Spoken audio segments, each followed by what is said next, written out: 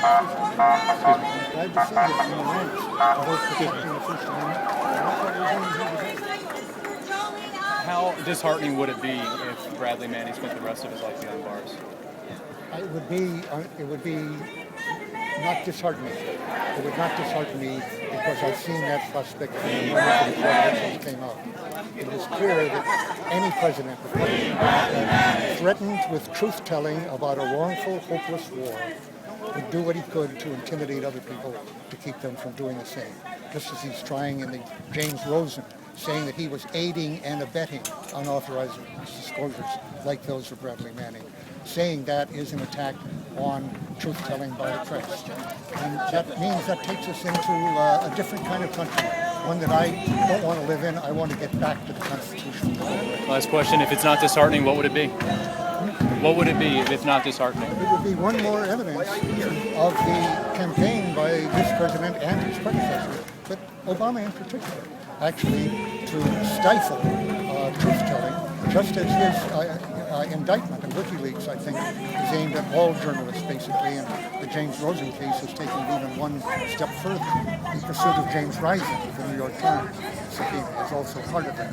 But really, all of the indictments using the Espionage Act as if it were a British official secrets act are extremely disheartening, if you like, but I've lived with that for a dozen years now. So it won't be anything new. It'll just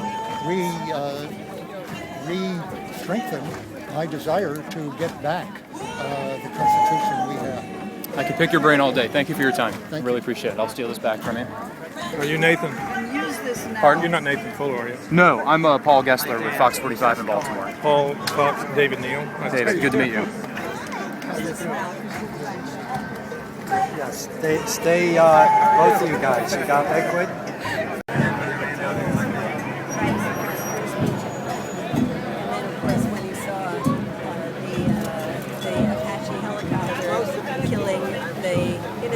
On the ground, including the rescue people who went in. Journalists. The journalists, yeah, that was obviously a turning point for Bradley Manning as well. So I think it's so sad to think of all the war criminals who are roaming around in our streets, who are leading this country, who are doing their books and getting hundreds of $1,000s in honorarium, while the real truth teller is potentially going to be behind bars for the rest of his life. Not a good, it doesn't reflect well on it. So. I'm going to let you go because it looks like banners are passing us.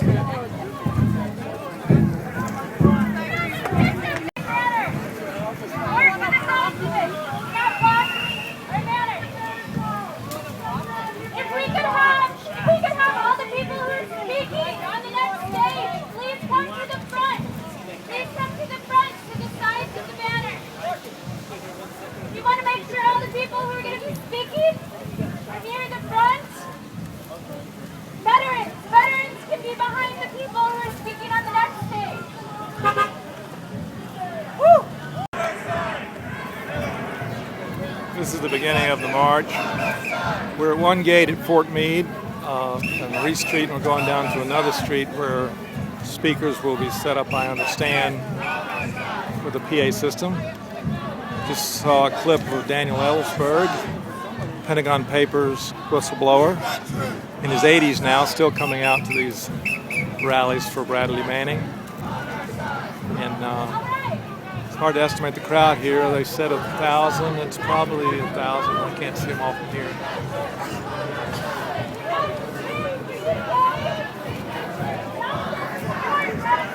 And we'll follow them down and see what's going to go on here.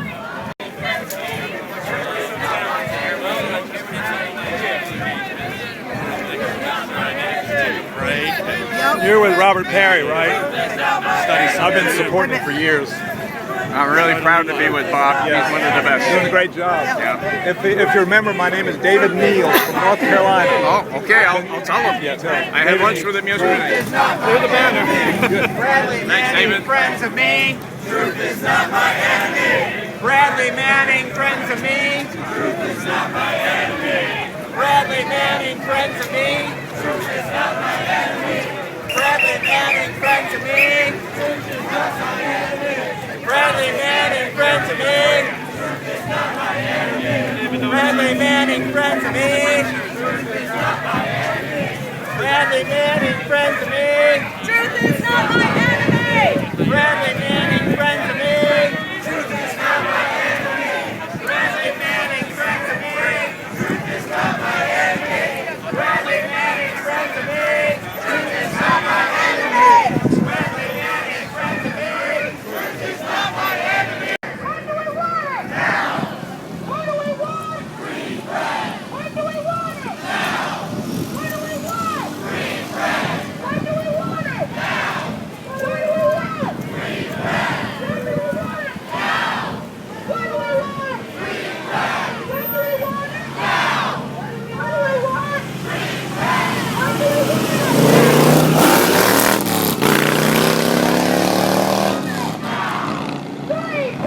want it? Cop made his statement. Pretty good crowd. I'd say no way to estimate it.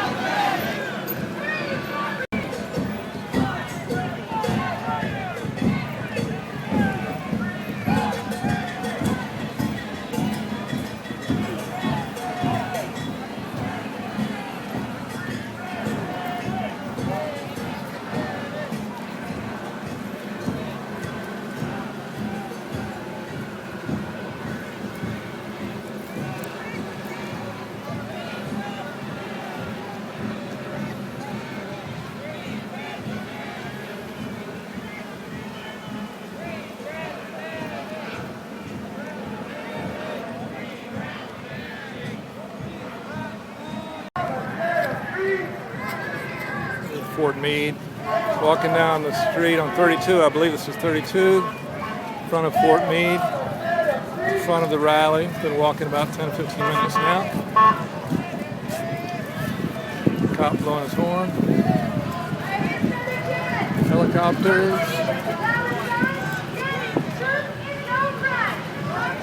Lots of cops, but nobody's rowdy and everybody's doing fine.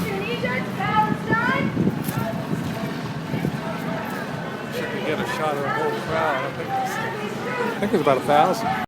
Walking down the street out in front of the rally crowd, met Ray McGovern, Kevin Zeese, and of course Daniel Ellsberg, Pentagon whistleblower. Ray McGovern's a retired CIA writer, independent thinker, writes a lot for Consortium News.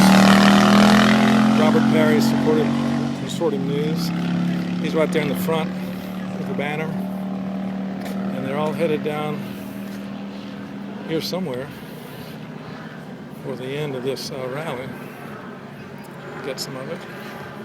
Helicopters around, circling around.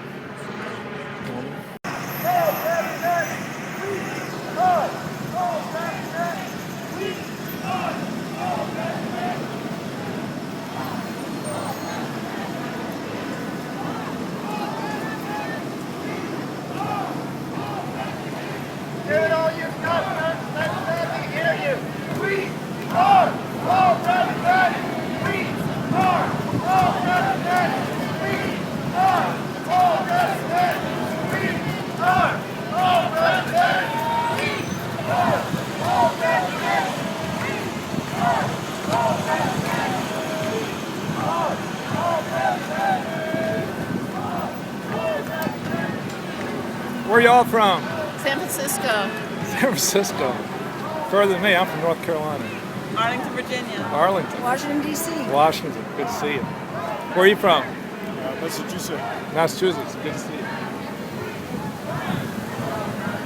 Changed history.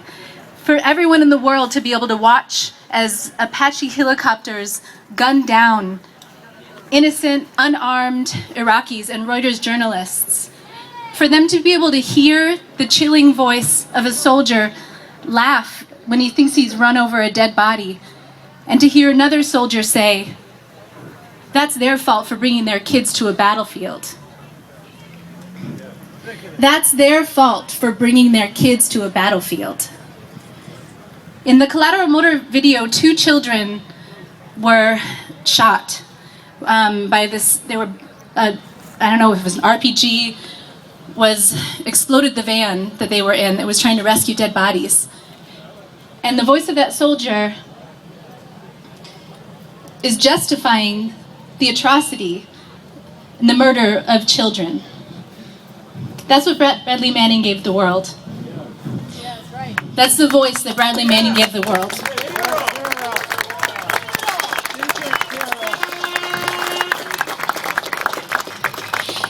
The Obama administration is on the wrong side of history for persecuting whistleblower Bradley Manning. Obama, the candidate, said that whistleblowers were patriots. And now the Obama administration has targeted whistleblowers more than any other administration in history. They've invoked the Espionage Act in 5 cases, which is more than all other administrations combined.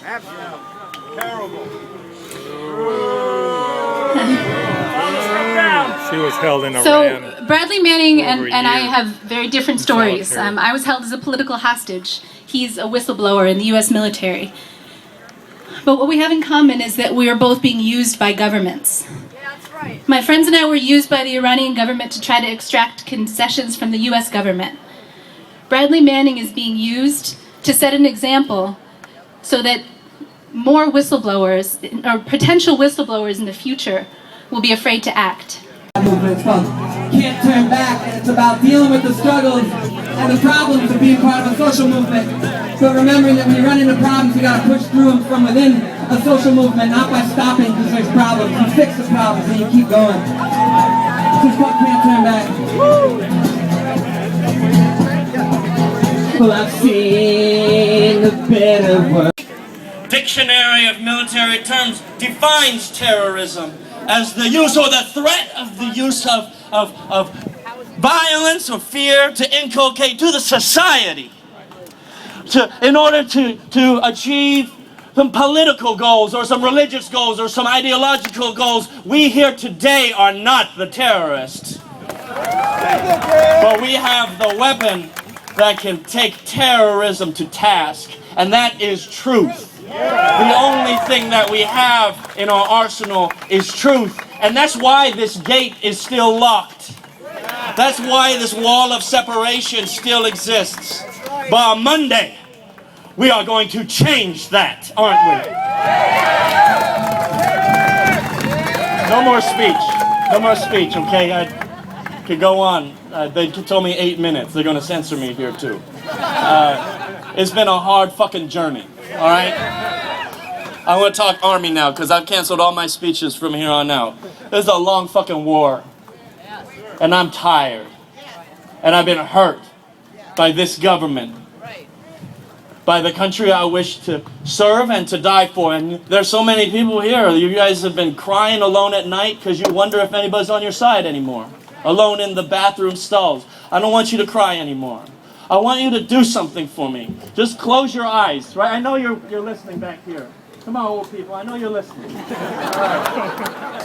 Hey, some of you are old in your minds. I want you to close your eyes for 1 second and just do this, because I know that this journey is going to be hard for all of us on a personal, psychological level. Close your eyes and think of that one person who got you to be an activist, who got you to stand up. When you were having a hard time, they pushed you. Feel their touch. Exposed. I think other countries have noticed something that not too many Americans have noticed, that Bradley was an extraordinary American is a concern that amounts to zero. The fact that Bradley Manning put out that video of Iraqis being killed, I put this now to a couple media this morning and yesterday. How many other videos have you seen of that nature? Of Americans mowing down unarmed civilians? I haven't seen one. None of them have seen one. The one we wouldn't have, no one would have seen that, and they've seen it around the world except for Bradley Manning.